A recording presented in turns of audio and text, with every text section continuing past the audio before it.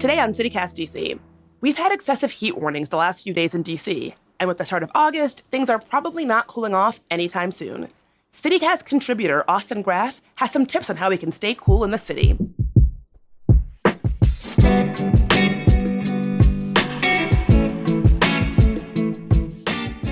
Today is Tuesday, August 1st. I'm Bridget Todd, and here's what DC is talking about.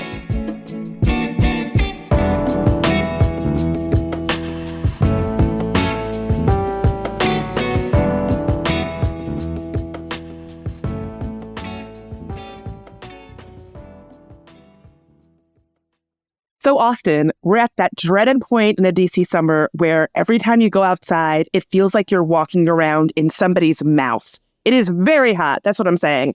Do you have any advice for folks about things that we should be keeping on us when we leave our apartments or our houses and enter into this horrible heat?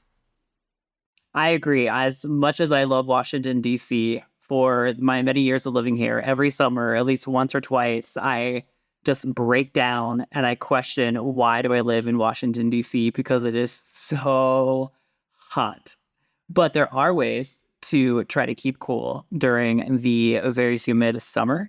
And one is through the pools, which is an obvious choice. There's pools everywhere on rooftops, but a lot of the recreation centers have pools as well.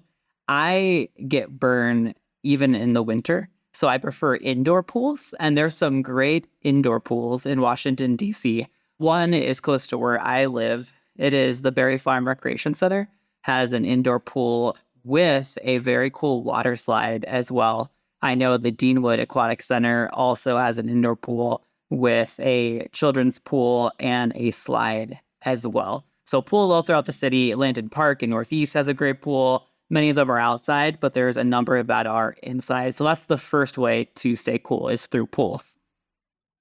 Okay, so I'm a Southern girly at heart, and so I really love carrying a fan around with me. Is this dorky, or is this a tactic that you would recommend for folks to stay cool when they're out and about if they can't hop into a pool, which of course is the first choice? And are there other things that people should maybe have on their person to help them beat the heat? One good call on the fan. Because everyone can relate to how hot it gets, any way to try to stay cool, I don't think people are going to make fun of you for. So carry that fan. I carry around kind of a mister. And especially once I became a father and I have a 6-year-old daughter, I just have this. You can buy actually branded misters. That's literally just water that you can spray in people's face. Or you can just get like a travel size like hairspray bottle that's for super cheap.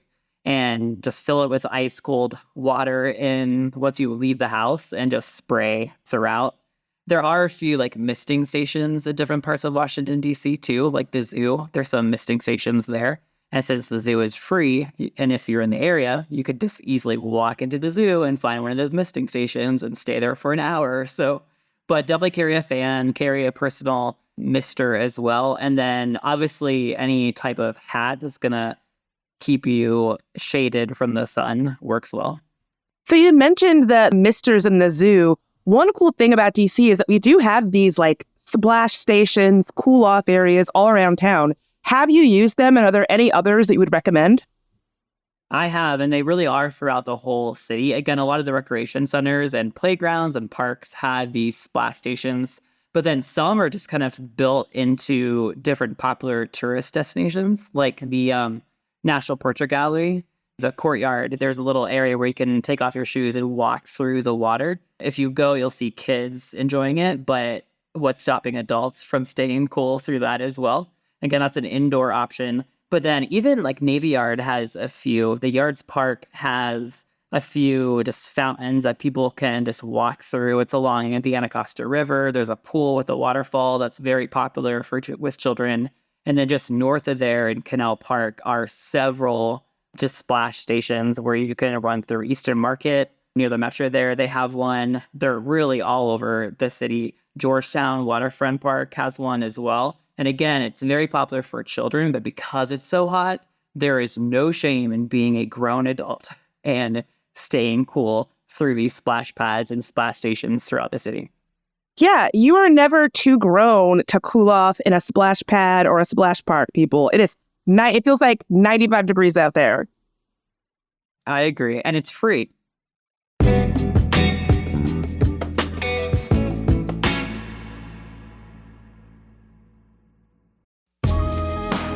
Hey DC, Bridget Todd here. On this podcast, we work hard to bring you the most important and entertaining conversations happening around our city. But that's not all we do. We also have a daily newsletter that brings you so much more. Our free daily newsletter, Hey DC, is written and curated by Kayla Cote-Stemmerman. You may have heard her behind the mic a couple of times. The Hey DC newsletter is your daily toolkit for being a more informed and engaged citizen of DC. It's packed with recommendations, tips, and secrets for seizing everything that DC has to offer.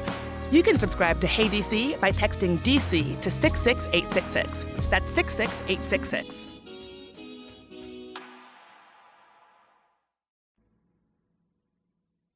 So I think when it gets really hot out, for a lot of folks, the first thing they think about is just going indoors somewhere to cool off. Do you have any suggestions that you would suggest people head to when they're looking to just be inside and be cool? I do. So one of the advantages of living in Washington, D.C. is we have many great museums that are free to enter, which allows locals to kind of stop in just for a few minutes or even for an hour. And they have very powerful AC usually. And so I know a lot of when my family and friends visit from out of town, they comment on how strong the AC is in these free museums. And I often take advantage of them as well, especially when I would bike along the National Mall to my house in Southeast DC from work. I would dock my Capital Bike Share near the National Gallery of Art and just pop in to cool off. And again, an advantage of being a local is there's less pressure to see everything at these galleries and museums. And so why not go often? So I would literally go for 20 minutes, sometimes 30 minutes, just to cool down, take a break from biking in the summer, and then enjoy really nice art in this free gallery in Washington, D.C. You could chart your route home and be like, I'm going to stop halfway through, pop into this museum, cool off for 20 minutes, then bike the rest of the way home. Exactly, which would make a great app idea. So if someone wants to take that idea and create an app that shows you all the powerful ACs in Washington, D.C., I would subscribe to that. That's just a freebie idea for whoever's listening. You could have that one for free. Do it. So do you sit down and actually plan out on a map what cooling spots or indoor spots that you can dip into when you're going around town? Good question. When I first moved here, I would. Again, I grew up in a very cold climate, so the humidity of DC was quite a shock when I moved here 15, 16 years ago. If I knew I'd be outside during the summer for a long period of time, I would pull up a map. Now I use Google Maps and just chart it out of, okay, if I'm an hour outside in this park nearby, here's the nearest museum that's free with strong AC, or let me have lunch for 2 hours versus 1 and sit inside to enjoy the AC. And then same with splash pads and pools of water that I could just walk through to stay cool. Have you ever had a moment in DC where you actually enjoyed the humidity and the heat? I always break down because of the heat every single summer. But there are a few times, to be honest, my very first job in DC, I had to wear a suit to work. And so during the summer, it was very painful because I would metro, I would bike, I would walk to work, and it would just get so hot. And I was wearing a full piece suit because it was my job. But once I worked in more casual environments, I actually enjoyed the heat because I could go to work wearing short sleeve shirts and sometimes shorts. And I really appreciated that. So first, it sounds like you really have to have a plan. Here's what we're going to do. Here's how we're going to manage it. But I don't think that anybody in DC is looking at anybody else and being like, wow, look at this sweaty mess. We're all the sweaty messes. We're all in this together. Nobody is looking cool and their makeup is perfect. Their suit doesn't have any sweat on it when it's 100 degrees outside. Exactly. And so I do appreciate that about DC. And I have even noticed how events go about in DC in the summer. I think they do try to keep in mind kind of the time of day and how hot it is. Because again, I am fine with the heat unless I have to look nice and wear kind of more clothes than I normally would. So that's my first job where I had to wear a suit, or if I go to a nice event with friends or my wife and I have to dress up and it's so hot. But I have noticed that events are trying to either have things later in the night, so it is less hot to accommodate for that. So we're all in it together. I think everyone's empathetic, and that is very helpful. Yeah, it's kind of like a city community-wide bonding thing. We're all dealing with this disgusting heat and humidity together. Austin, thank you so much for being here. Thanks for having me. Try to stay cool.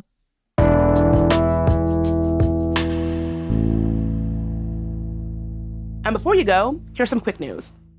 The mayor's office of legal counsel has concluded that John Falchicchio, Mayor Muriel Bowser's former right-hand man, made sexual advances on 5 separate occasions toward a D.C. government employee. The report, however, does not substantiate her claims of retaliation. In June, the council released a report also substantiating a first woman's claims of sexual harassment by Falchicchio. D.C. Council has passed emergency legislation requiring an independent counsel to review the findings of the legal counsel's 2 investigations. Also, a group of employees at Union Kitchen have petitioned to disband their union. A majority of workers voted in favor of the union just over a year ago, but now some workers are frustrated with the union-led boycott of the stores. The National Labor Relations Board is expected to hold a hearing on the decertification petition next week. Meanwhile, administrators in the D.C. Public School District say they no longer have the funds to upgrade students' aging laptops because they've had to slash the technology budget by $9 million. School officials blame D.C. Council for the budget cut, but lawmakers say the district is being inefficient with its funds. And finally, Asian American writers are organizing a smaller-scale version of the Smithsonian's Asian American Literature Festival after the original event was abruptly canceled last month. Some festival organizers felt that the Smithsonian's cancellation was a form of censorship.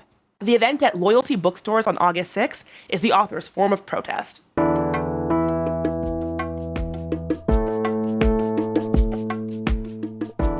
That's all for today here on CityCast DC. And if you enjoyed the show, then you'd probably love our live tapings. We're having our next one on August 28th, and it's also doubling as our anniversary party. So it's going to have some very special surprises. Come celebrate with us. August 28th, 6:30 p.m. at Sunny's Pizza in Parkview. Hope to see you there. And of course, we'll be back here tomorrow morning with even more news from around the city. Talk to you then.